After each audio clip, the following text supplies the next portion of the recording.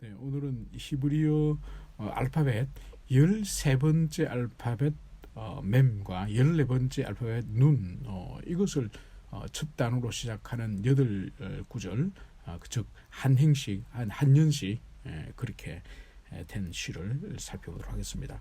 내가 주의 법을 어찌 그리 사랑하는지요 내가 그것을 종일 작은 소리로 읊조리다. 오늘 시는 하나님의 말씀, 하나님의 법을 그렇게 사랑한다고 고백을 하고 있습니다. 그래서 사랑하기 때문에 내가 그것을 종일 작은 소리로 읊조리다. 시편 1편을 생각나게 하지 않습니까? 여호와 율법을 주야로 묵상하는도다. 그 정신과 똑같은 말씀이라고 볼 수가 있는 거죠. 그러니까 결코 하나님을 사랑하지 않고는 하나님의 말씀인 율법을 절대로 사랑할 수가 없습니다. 그래서 주의 법을 사랑하는 것은 곧 하나님을 사랑하기 때문에 그래서 종일 작은 소리로 읊조리다. 문자적으로는 이제 종일 자기 귀에 들리도록 읊조린다는 그런 의미죠. 그런데 이것이 단순히 자기 귀에 들리도록 읊조린다는 뜻을 넘어서서 이것은 어떤 의미인가 하니까 끊임없이 자기 인격에 하나님의 말씀이 계속적으로 가마를 미치고 있는 그 상태를 사실 말하는 것이죠. 그러니까 우리가 성령의 충만을 받아라. 성령의 충만을 받아야 된다. 이 말 하지 않습니까? 그런데 그것을 엄밀히 말하면 성령의 충만한 줄 어떻게 하느냐. 자기가 어떻게 의식하느냐. 다른 표로 말하면 말씀이 충만한 걸 말하는 거예요. 그리고 여기 본문처럼 종일 작은 소리로 읊조린다고 하는 이 의미 자체가 종일 말씀이 자기 인격에 가마를 계속 미치고 있어서 무엇을 말하려고 할 때도 전에는 함부로 생각나는 대로 뱉었다고 한다면은 딱 속의 말씀이 입술을 혀를 항상 삼가라 신중하라. 그 말씀이 가슴에 확 와닿기 때문에 막 흥분이 되고 화가 나고 그러더라도 입술을 삼가고 충분히 숙고하고 생각하고 말하게 되는 거죠. 그래서 작은 소리로 종일 율법을 읊조린다는 것은 끊임없이 하나님의 말씀 진리가 우리 인격을 계속 가마를 주고 있는 즉 말씀에 충만한 상태 그것이 곧 성령에 충만한 상태고 그것이 곧 주야로 말씀을 묵상하는 상태란 이것을 우리가 잘 이해해야 됩니다. 그래서 항상 하나님의 가마를 받고 있고 하나님의 인도함을 받고 있다는 것은 다른 것이 아니라 우리 앞에 하나님이 나타나서 누가 깃발을 들고 천사가 인도하는 것이 아니라 내 인격과 마음속에 기억되어지고 묵상되어지는 그 말씀을 따라 순종하여 가는 그것이 바로 하나님의 인도함을 받는다. 또 성령의 충만함을 받는다. 그런 의미라는 것을 우리가 이해해야 될 것입니다. 그러면서 주의 계명들이 항상 나와 함께 하므로 그것들이 나를 원수보다 지혜롭게 하나이다. 그래 항상 말씀의 가마 속에 살아가기 때문에 그것들이 나를 내 원수보다 더 지혜롭게 합니다. 이 고백을 하는 거죠. 그리고 이어지는 계속되어지는 이 세 구절이 같은 의미입니다. 99절 내가 주의 증거들을 늘 읊조림으로 같은 의미죠. 읊조림으로 나의 명철이 나의 모든 스승보다 나으며 그러니까 우리도 사실 우리 문명권에서도 스승보다 제자가 낫다면 얼마나 영광입니까? 이 히브리에서는 더한 거죠. 그러니까 청출어람이 만약 된다고 한다면 이건 정말 영광스러운 거죠. 그러니까 이 시인이 하나님의 그 말씀들을 계속 읊조리고 그렇게 하니 자기 스승보다도 더 명철한 그런 사람이 되었습니다. 이것을 고백합니다. 그리고 세 번째 주의 법들을 지킴으로 나의 명철함이 노인보다 나으니다. 그러니까 히브리 문학에서는 노인이 쓸모없는 노인이 아니라 우리 사회야 노인을 좀 폄하하지만은 히브리 문화에서는 노인은 아주 지혜로운 그런 상징으로 묘사를 하지 않습니까? 그래서 노인들이 흰머리를 그렇게 존경하고 우리 문화에서는 흰머리를 좀 무시하는 그런 경향이 있지만 유대인들은 절대로 안 그러죠. 그래서 주의 법도 하나님의 계명을 지킴으로 그러니까 어떤 지어 명철이 생기는 것은 많은 그런 지식이 있어서 명철이 생기는 게 아니죠. 오히려 그 말씀에 대하여 잘 순종하는 삶, 그 순종하는 삶을 살 때 하나님이 그 사람을 지혜롭게 하고 명철을 주시는 거죠. 그러니까 바리새인들 보십시오. 서기관 바리새인 율법학자들 얼마나 성경 박사들입니까? 그런데도 우리 주님을 알아보지도 못할 정도로 얼마나 어리석습니까? 그러니까 그들에게는 율법을 순종하고 삶으로 살아내기 위해서 율법을 배우는 것이 아니죠. 그러니까 그들이 그런 많은 지혜가 있더라도 우리 주님이 이 땅에 오신 메시아이심을 그들이 알지를 못하는 거죠. 그래서 오늘날도 우리가 지혜롭기 위해서는 무엇보다도 말씀을 많이 아는 거로는 안 된다는 거죠. 그 말씀을 사랑하고 그 말씀을 순종하는 그 순종의 삶을 통해서 더 지혜로워진다는 것을 오늘 여기서 말씀을 하고 있습니다. 그래서 오늘 10절에 보면 내가 주의 말씀을 지키려고 발을 금하여 모든 악한 길로 가지 아니하였사오니. 오늘 시인은 하나님의 말씀을 지키려고 모든 나쁜 길에서 나쁜 길로 가려고 하는 내 발길을 돌렸습니다. 이 말을 여기서 하고 있는 거죠. 그러니까 말씀을 사랑하지 않고 또 말씀이신 하나님을 사랑하지 않고 어떻게 발을 금할 수 있겠습니까? 악한 길로 가지 않겠습니까? 창세기 보면은 뒷부분에 가면은 요셉이 등장하지 않습니까? 창세기 39장 그쪽에 요셉이 등장하는데 요셉이 형제들에게 팔려서 보디발의 집에 가지만은 거기서 또 하나님이 인정해 주셔서 가정 총무가 되는 거죠. 그래서 보디발이 이 집안의 모든 것을 네가 임의로 주관하되 내 아내만은 탐을 내지 마라, 손대지 마라. 그 말을 하는 거죠. 그런데 사탄은 정말 간교하죠. 딱 보디발이 다른 것은 다 가능한데 내 아내만은 손대지 말라. 마치 에덴 동산에 다 먹을 수 있는데 이 선악과는 먹지 마라. 그랬을 때 뱀이 만약 다른 것을 가지고 유혹을 하면은 의미가 없죠, 그죠? 금지한 것으로 유혹을 해야 망하게 할 수 있는 거죠. 그래서 보디발의 집에 또 사탄의 역사가 요셉에게 어떻게 합니까? 보디발이 금지한 자기 아내, 그 아내를 통해서 유혹하지 않습니까? 그런데 요셉의 고백이 뭐죠? 아내가 나와 함께 동침하자. 계속 집요하게 동침하자 그러죠? 그러자 요셉의 고백이 뭔가요? 내가 어찌 하나님 앞에 득죄하리요. 내가 하나님 앞에 죄를 지으리요. 여러분 부동산에 볼 때는 아니 그 보디발 주인님이 나를 총무로 인정해 주시고 나를 여기까지 세워주시고 너는 주인님을 배신할 수 없습니다. 이게 보통 사람들의 고백 아니겠습니까? 근데 하나님 보이냐고. 영이신 하나님 보이지도 않는데 하나님 앞에 어떻게 죄를 짓겠냐. 바로 하나님을 사랑하기 때문에 하나님을 경외하기 때문에 그분이 금지한 간음에 대해서 보이지 않는 하나님에 대해서 마치 눈앞에 보이는 것처럼 그렇게 순종할 수 있고 고백할 수 있는 것이 바로 요셉의 경건인 것이죠. 그래서 여기서도 말씀을 지키려고 자기 발을 금지하여서 모든 악한 길로 가지 아니하였사오니. 이것은 인격으로 주님을 사랑하고 인격으로 말씀을 사랑하지 않는 사람은 절대로 할 수 없는 거죠. 그래서 대세를 따라가거나 많은 사람들이 그 길이 옳다 그러면은 그냥 그 길을 추종하거나 그냥 함께 어울려서 다 가기 쉬운 것이 오늘날 이런 포스트 모던 시대의 기독교 신앙도 마찬가지죠. 그래서 정말 하나님 앞에 득죄하지 않으려고 나는 좁은 길로 가겠다. 나는 비난과 조롱을 받더라도 감당하겠다. 그런 마음을 가지지 않으면 오늘날 정말 외로운 길을 걸어가기 힘든다는 것을 보여주고 있습니다. 그래서 10절 102절 주께서 나를 가르치심으로 내가 주의 규례들에서 떠나지 아니하였나이다. 시인은 주님으로부터 가르침을 받았답니다. 그 가르침을 받았기 때문에 주님의 규례에서 자신은 떠나지 않겠다.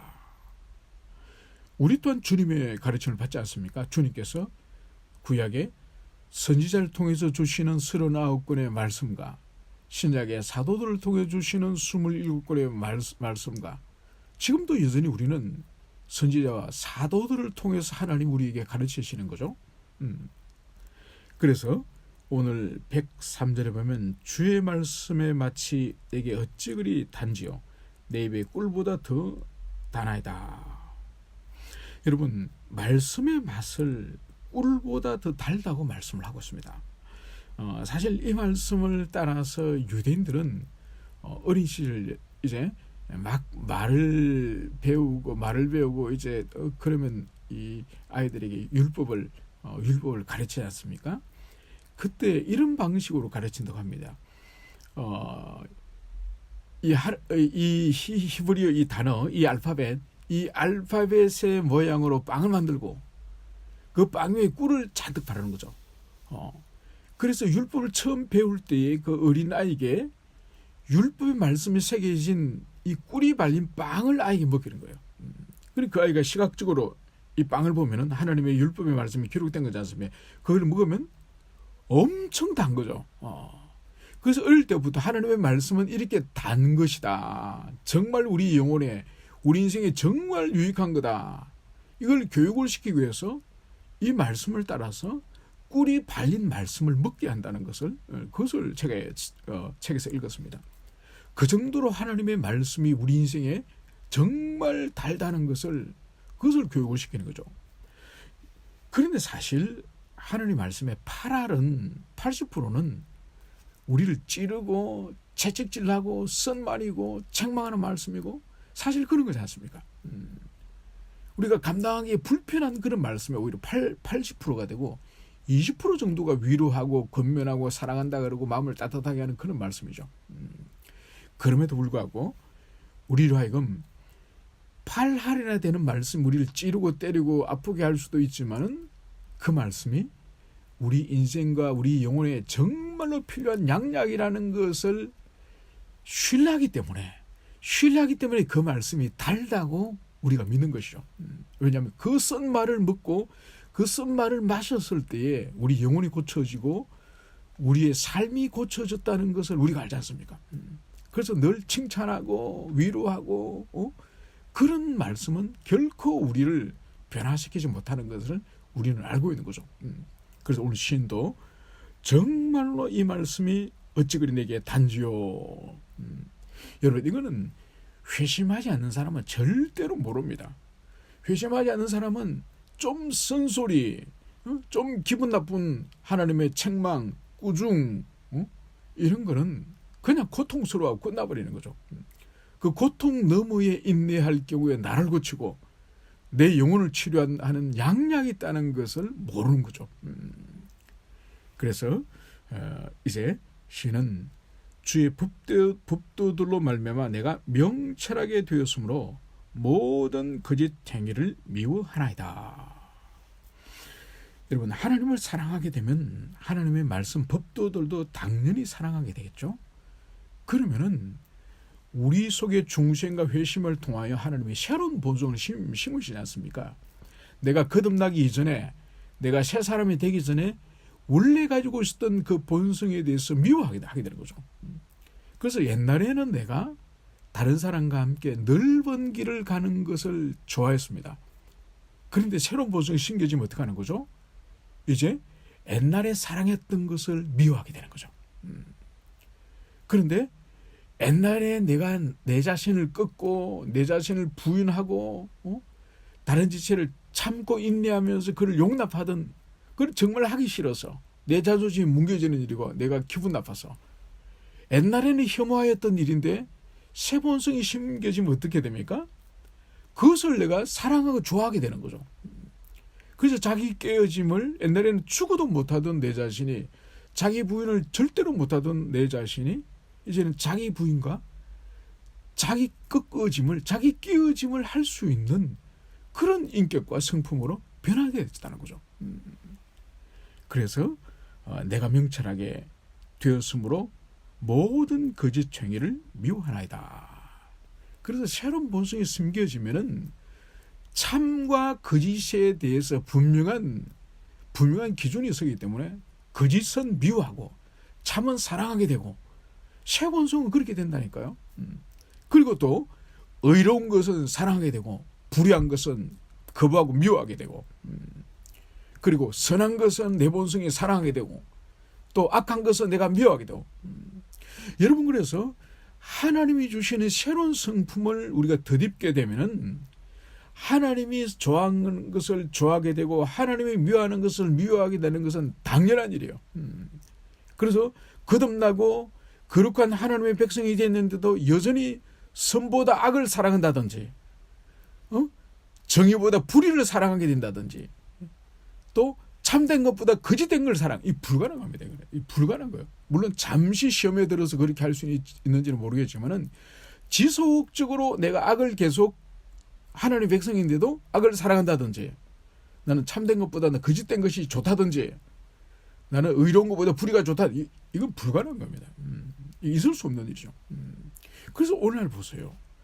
오늘날 지금 이 시대 가운데에 한국 사회가 얼마나 정치 사회적으로 선과 악이 뒤집어져 있고 불의와 정의가 뒤집어져 있고 참과 거짓이 섞여 있는 이 세상 가운데에서도 하나님의 백성이라고 하는 사람이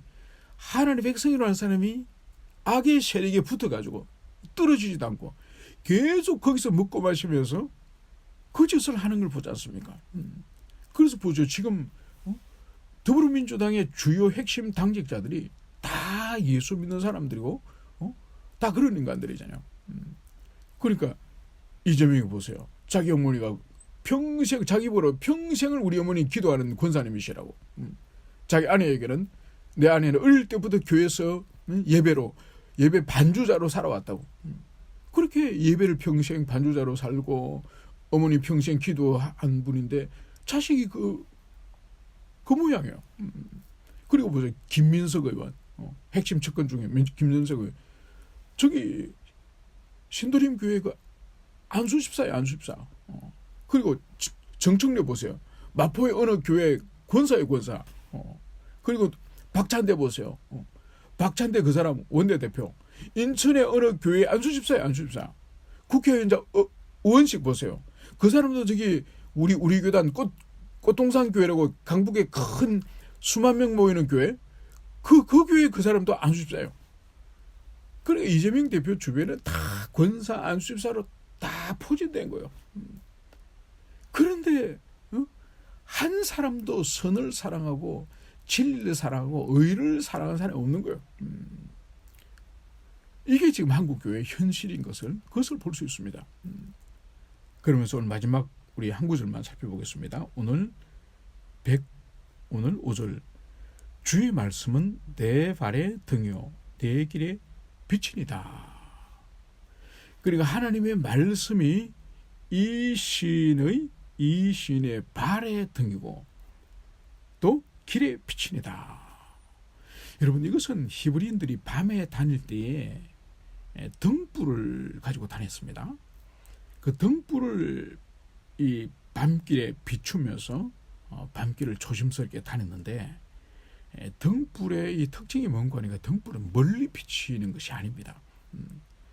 그 당시에 그들도 등불이 뭐 올리브 기름에 등잔을 만들어 가지고 뭐 그런 등불이지 않겠습니까? 우리가 옛날에 호롱불을 거기에 등대 속에 넣어 가지고 그것을 길에 다니듯이 이 등불은 원리 자체가 바로 눈앞에 있는 걸 비추는 거기 때문에 멀리 후레쉬처럼 그렇게 길을 보이는 것이 아니죠. 그래서 하나님의 말씀은 항상 우리의 저 멀리를 비추는 것이 아니라 항상 현재적인 우리 삶을 말씀이 비추는 거죠. 그래서 날마다 우리가 일용할 양식으로서 날마다 그날 만나를 먹듯이 하나님의 말씀도 날마다 우리가 하나님 앞에 경건하게 살아가는데 필요한 그 진리의 빛을 비추는 것이 바로 하나님의 말씀인 거죠. 그래서 내 발의 등이고 내 길의 빛이니다.